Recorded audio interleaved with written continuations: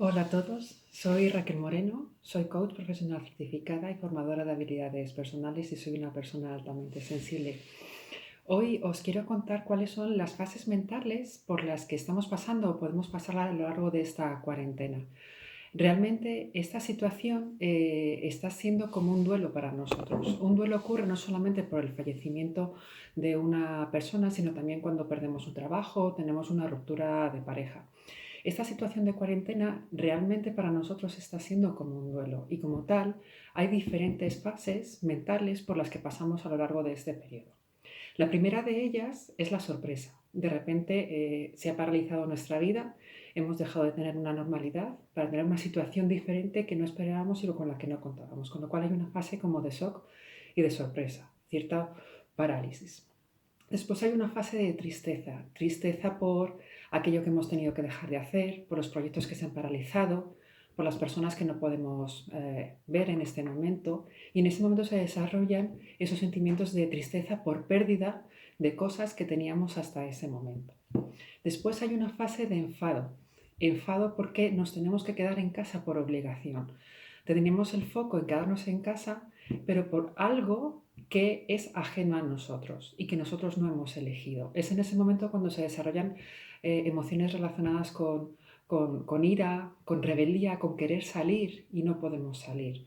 El foco en esos momentos sigamos teniéndolo en aquello que hemos perdido. No tenemos teniendo foco en el presente ni en las posibilidades que puede tener desarrollar actividades o acciones o ideas a lo largo de este cuarentena. Después de la fase de enfado hay una fase de resignación. En la fase de resignación la tristeza y el enfado van desapareciendo, pero seguimos teniendo la sensación de que somos víctimas de la situación, de que esta es algo que no hemos elegido, que tenemos que quedarnos en casa sin que nosotros lo hayamos elegido. Eh, en este momento lo que ocurre es que seguimos poniendo foco en aquello ajeno a nosotros. Seguimos siendo víctimas de la situación. Vale, sí, nos quedamos, no tenemos otro remedio que quedarnos en casa, pero parece que nosotros no podemos hacer nada para cambiar esta situación. Finalmente hay una fase de aceptación donde el hecho de quedarse en casa ya es voluntad propia. ¿Por qué? Porque yo elijo quedarme en casa. Elijo quedarme en casa para cuidarme a mí y para cuidar a los demás. El foco ya no es en que tengo que quedarme en casa por obligación, sino porque yo elijo quedarme. Y es en ese momento donde el quedarse en casa ya no significa una incomodidad, sino que empieza a generar algunas emociones de carácter positivo. Empezamos a pensar en cosas que vamos a hacer cuando finalicemos la cuarentena, desarrollamos ideas nuevas cuando estamos en casa. Y esa es la tendencia a la que naturalmente durante este periodo nosotros deberíamos ir evolucionando. El peligro para las personas altamente sensibles es quedarnos en la fase de tristeza y enfado. ¿Por qué? Porque como sabemos, la intensidad de nuestras emociones es bastante más alta y quedarnos anclados en esas fases puede generarnos incluso hasta sufrimiento. Entonces, es importante permitirnos poder evolucionar hacia las otras fases hasta llegar al momento de la aceptación. Desde un punto de vista mental y productivo, para las personas altamente sensibles, además, ocurre que en esas tres primeras fases de shock, de enfado y de tristeza, somos menos productivos y además tenemos como una sensación de apatía, como de no querer hacer cosas. Si eso os ocurre, no pasa nada, es normal y es lógico, ¿vale? Lo importante es que lo detectáis para que os permitáis ir evolucionando a las siguientes fases. Lo bueno de esto es que cuando llegamos a la fase de aceptación, toda esa creatividad, ese potencial creativo que tenemos, permitimos liberarlo y es en ese momento cuando se nos ocurren ideas nuevas que hacer, recetas de cocina nuevas que desarrollar, hobbies que queremos aprender online, aunque no podemos hacerlo de manera presencial. Y en ese momento también es importante que nos permitamos poder desarrollar todo ese potencial creativo. Eh, entonces, desde mi conocimiento, os traigo unas pequeñas recomendaciones para que podamos ir pasando por las diferentes fases hasta que lleguemos a la fase de aceptación.